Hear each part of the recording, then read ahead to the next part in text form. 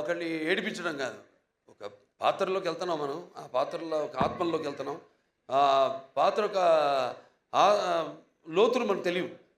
ఆ పాత్రకి వెళ్ళినప్పుడు ఆ పాత్ర వరకు అంటే ఎన్ని పాత్రలు స్పాన్ ఆఫ్ 16 ఇయర్స్ 16 సంవత్సరాలు మరి ఎన్ని రకరకాల పాత్రలు చేసి మరి ఒక పాత్ర నుంచి ఇంకో పాత్రలోకి ఇంకో పాత్ర నుంచి ఇంకో పాత్ర పరకాయ ప్రవేశం చేస్తూ మళ్ళీ ఒక కంబ్యాక్ మధ్యలో అన్నీ ఒక స్త్రీ మూర్తిత్వం అంటే కార్యేషు దాసి కరుణేషు మంత్రి భోజేషు మాత శైనేశ్వరంబ రూపేచు లక్ష్మి క్షమయ ధరిత్రి అన్నట్టు అన్నీ చూసుకుంటూ అన్నిటికీ సమపాళ్లలో న్యాయం చేస్తూ మళ్ళీ ఒక బిడ్డను కూడా కానీ మళ్ళీ తిరిగి ఇండస్ట్రీకి రావడం మా సినిమాకి ఒప్పుకున్నందుకు నేలకొండ భగవంత్ కేసరికి ఆవిడకి నా మనస్ఫూర్తి కృతజ్ఞతలు తెలియజేసుకుంటున్నాను.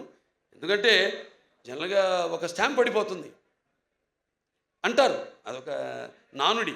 ఒక పాత్ర చేస్తే హీరోయిన్గా చేసిన వాళ్ళు మళ్ళీ ఇంకో తల్లి పాత్రలో లేకపోతే అక్క పాత్రలో అలా చేస్తే మళ్ళీ దానికే అది పడిపోతుంది, ఆ ముద్ర పడిపోతుంది అని ఒక దాన్ని బ్రేక్ చేసిన వాళ్ళు చాలా తక్కువ మంది ఉన్నారు.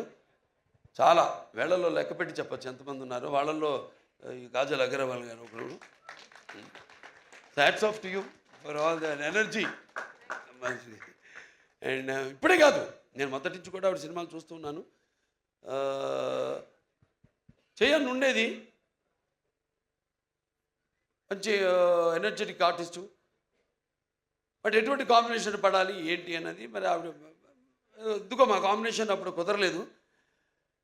తర్వాత మా ఈ యొక్క నేలకొండ భగవంత్ కేసరిలో మేము కలిసి యాక్ట్ చేయడం ఒక మంచి ఎక్స్పీరియన్స్. అంటే ఒక ఆర్టిస్టు అందరూ అంటారు ఏదో ఒక కోలమానం అని ఒక దీనికి డిసిప్లిన్ కానీ ఒక డెడికేషన్ కానీ ఏదంటే ఇప్పుడు మా పేర్లే తీసుకోవడం ఒక ఆనవాయితీ అయిపోయింది. కానీ ఎంతోమంది ఉన్నారు నటులు, కాజల్ అగర్వాల్ గారు లాంటి నటులు అయితే ఎంతోమంది చాలామంది ఉన్నారు. యథా రాజా తథా ప్రజలాగా మనం సవ్యంగా నడిస్తే మొత్తం సమాజం కూడా తిన్నగా నడుస్తుంది, సవ్యంగా ఉంటుంది. అలా మన తెలుగు ఇండస్ట్రీ రామారావు త్వరత అంటే రామారావు గారితో మొదలైంది ఆ డిసిప్లిను, ఆ డెడికేషను, ఆర్టిస్ట్కి ఒక మర్యాద అన్నది. సో దాన్ని ఇలా ముందుకు తీసుకెళ్తున్నందుకు మేమంతా ఆయన వారసులుగా చెప్పుకున్నందుకు, వారసులు అంటే కేవలం ఆయన గురించి చెప్పుకోవడం కాదు, ఆయన చేసిన సినిమాల గురించి చెప్పుకోవడం కాదు, లేకపోతే ఆయన నడిచిన దారుల గురించి చెప్పుకోవడం కాదు. మనం వాటిని అనుసరిస్తున్నామా లేదా, అనుకరించడం కాదు, అనుసరిస్తున్నామా లేదా అన్నది ముఖ్యం.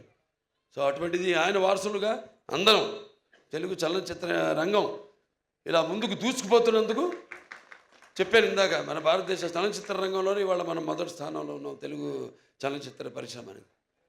సో ఇటువంటి ఇంకా మంచి మంచి సినిమాలు రావాలి. ఎందుకంటే ఆర్టిస్టులు ఎన్నో కోణాలు ఉంటాయి, ఎన్నో కోణాలు. ఇప్పుడు నాకు చేయాలని ఉంటాయి ఎన్నో పాత్రలు. నాన్నగారు ఎప్పుడూ ఒక 20 సంవత్సరాల ముందు ఆలోచించేవారు. ఆయన ఆలోచించి సినిమాలు చేసేవారు. ఆయన అప్పుడు ఆడకపోవచ్చు ఆ సినిమాలు, కానీ ఇవాళ అవి బంగారు గుడ్లు పెట్టే బాతు, కనక వర్షం కురిపించే సినిమాలు అవన్నీ. సో అలా ఎప్పుడు మనం ముందు నేను ఇంకా కొట్టుకెళ్ళగలుగుతున్నానంటే అంటే ఒకటి ఉంది హిందీలో, ఈవిడేదో తెలుగులో చెప్పిన డైలాగు, ఇది కभी गिरना भी अच्छा है अपना औकात का पता चलता है जब कोई आगे बढ़ते उठाने को अपनों का पता चलता है जो जिसे गुस्सा होता है वो अच्छे होते हैं और जो झूठ बोलते हैं उसको हमेशा हंसते हुए देखा है. అలా సమాజం అటువంటిది. సరే మన సినిమాలు మనం కొట్టుకెళ్ళడం, ఇంకా మంచి మంచి సినిమాలు ఇవ్వడం, ఇటువంటి మీలాంటి ప్రేక్షక దేవుళ్ళు ఉండగా బ్రహ్మాండంగా ఇటువంటి ఒక్కొక్క సినిమా విజయానికి వెన్ను తట్టుతూ మళ్ళీ ఇంకా ముందు ఇటువంటి మంచి సినిమాలు ఇవ్వండి అని ప్రోత్సహిస్తున్న మన తెలుగు ప్రేక్షకులు ఒక ప్రత్యేకత. ఇవాళ ఆ ప్రత్యేకత తెలుగు ప్రేక్షకులే కాదు, యావత్ భారతదేశమే తల వంచింది మన చలనచిత్ర పరిశ్రమకు, మనం ఇచ్చే సినిమాలకి, మనం ఇచ్చే సందేశాలకి.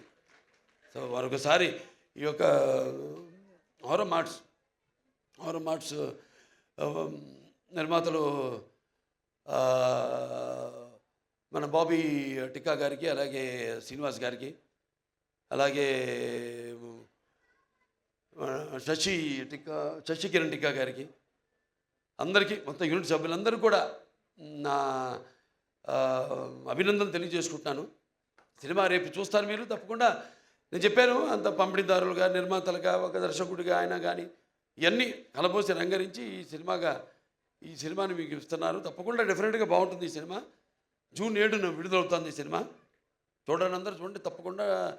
అండ్ మా కాజల్ ఉంది సినిమాలో, కాజల్ అగ్రవాల్. సో ఆ డెడికేషన్ అన్నీ మొత్తం అసలు అంటే ముందు వచ్చే తరానికి ఒక ఆదర్శం. సో అందరూ కూడా